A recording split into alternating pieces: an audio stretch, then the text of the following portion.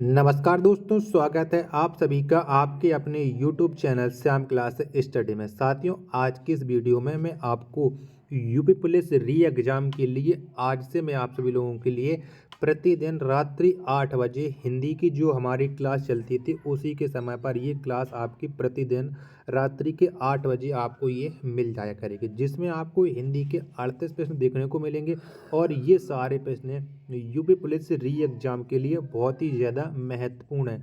तो इस क्लास को आप सभी लोग लगातार करिएगा और कमेंट बॉक्स में आपको स्कोर ज़रूर बताना है कि आपका स्कोर कितना बनना है। अगर किसी ने हमारे जो अभी तक प्लेलिस्ट को फॉलो किया था तो मैं गारंटी कर रहा हूँ कि उनका है एक भी प्रश्न है वो बाहर नहीं गया। ये मैं किस लिए कर रहा हूँ, आप बच्चों के रिव्यू आ रहे हैं जब भी मैंने ये सब कुछ आपसे कहा है। तो मैं आप लोगों के लिए लगातार मेहनत करके अच्छा कंटेंट लेकर के आता हूँ। तो आप लोग एक बार वीडियो को लाइक ज़रूर कर देना और चैनल को आपने अभी तक सब्सक्राइब नहीं किया होगा तो चैनल को आप लोग ज़रूर सब्सक्राइब कर लीजिएगा। तो पर चलिए शुरू करते हैं। प्रश्न संख्या 39 है आपके सामने कि हिंदी का प्रयोग उसके उद्भव काल में सर्वप्रथम किसके लिए किया गया था। तो किसके लिए किया गया था हिंदी का उद्भव काल?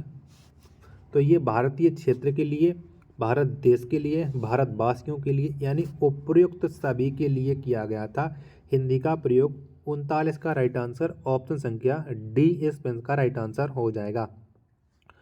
प्रश्न संख्या 40 है आपके सामने कि संविधान के अनुच्छेद 344 के अनुसार भाषा के संबंध में किस आयोग का गठन करने का प्रावधान है।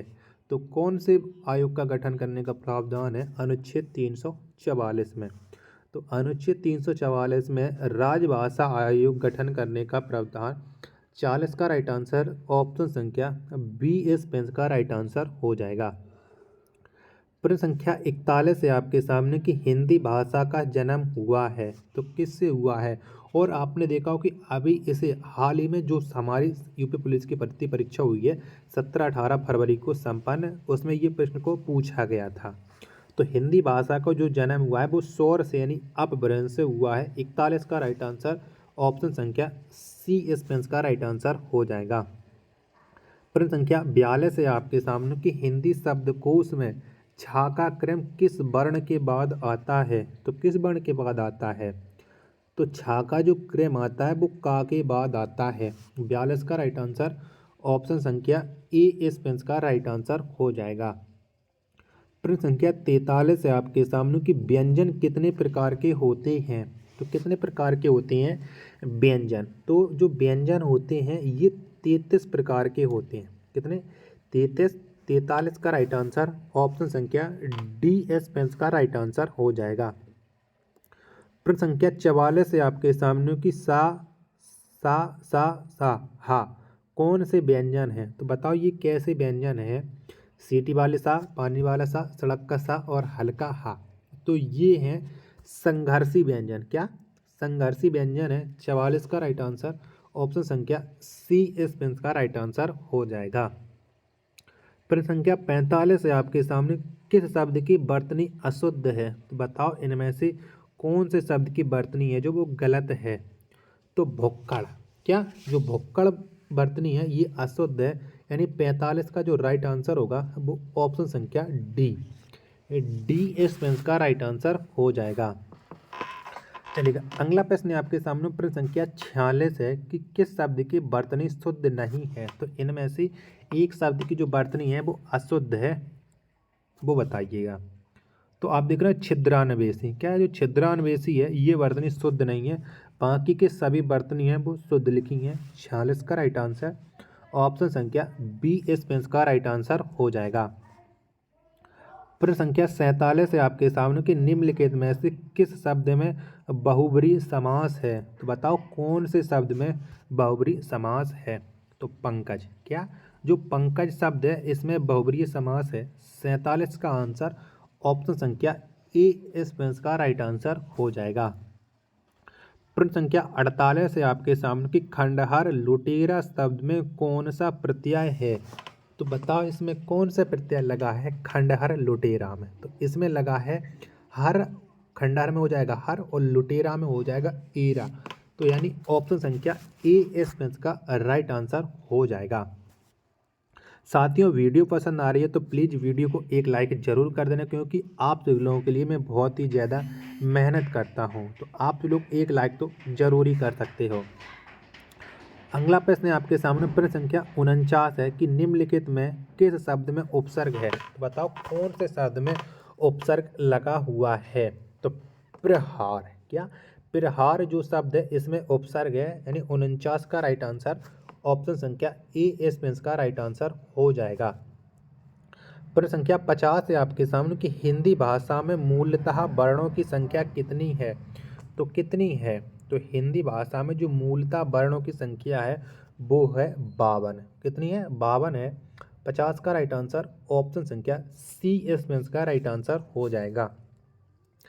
प्रश्न संख्या 51 है आपके सामने कि निम्नलिखित में से नासकीय व्यंजन कौन सा है।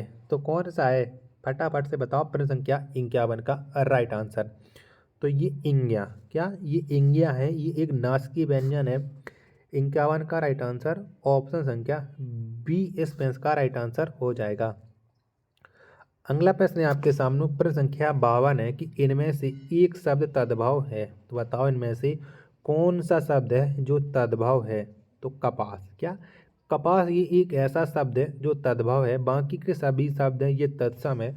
52 का राइट आंसर ऑप्शन संख्या डी इसमें का राइट आंसर हो जाएगा। चलिएगा अगला प्रश्न है अब आपके सामने, प्रश्न संख्या 53 है कि नारियल शब्द का तत्सम रूप है। तो कौन सा हो जाएगा नारियल का तत्सम रूप। तो नारियल का तत्सम रूप होता है नारिकेल।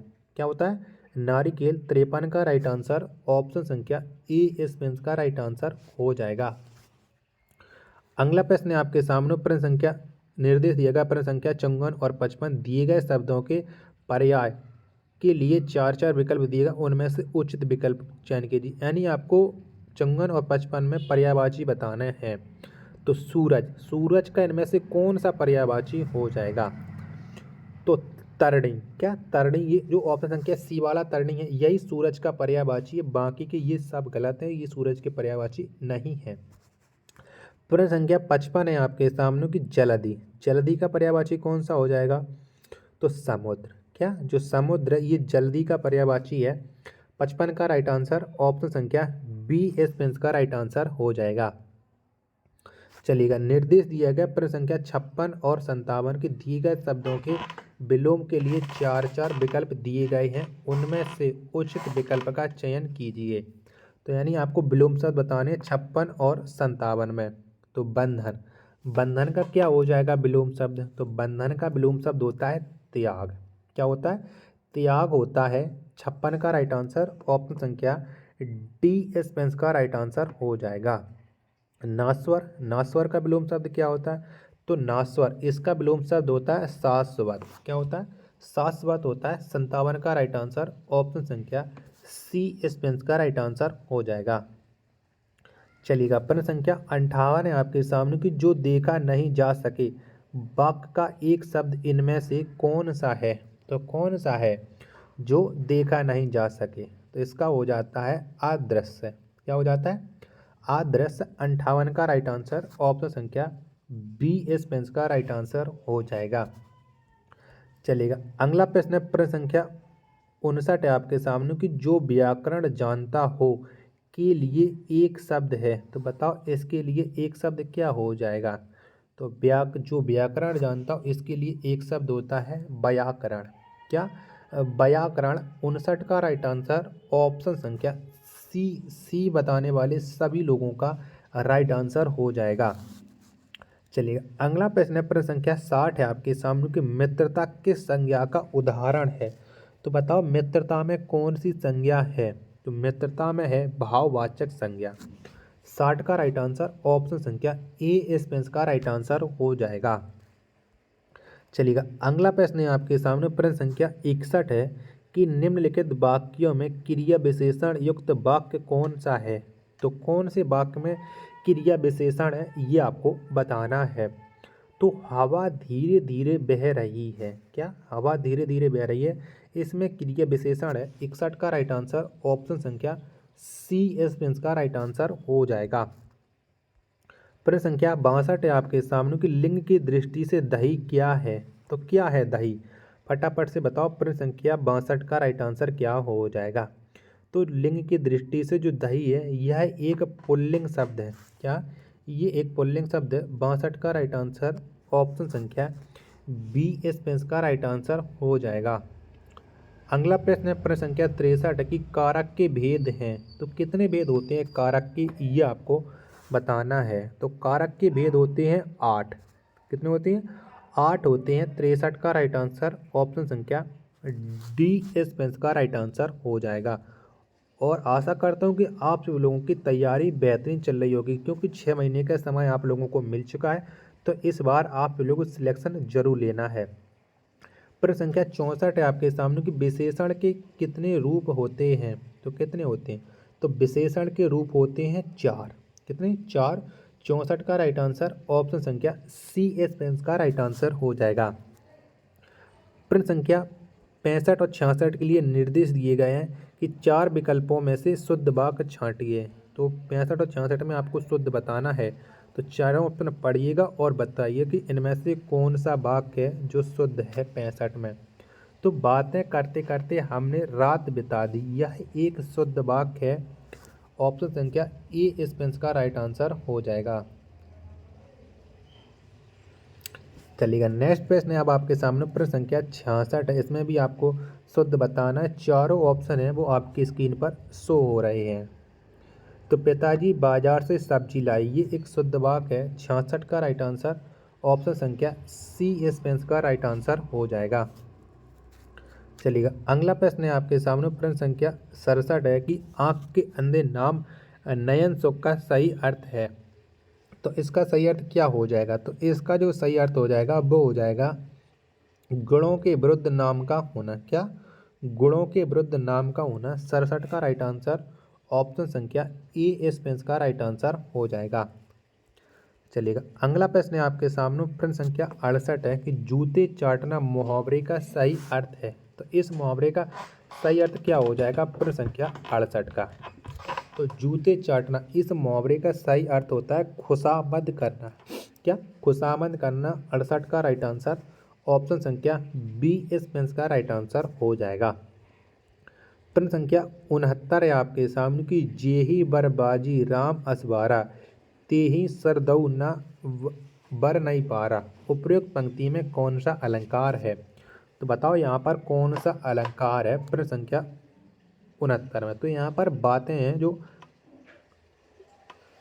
यहाँ पर जो अलंकार है वो है अतिशयोक्ति अलंकार, क्योंकि यहाँ पर बातें बढ़ा चढ़ा कर के कही जा रही हैं।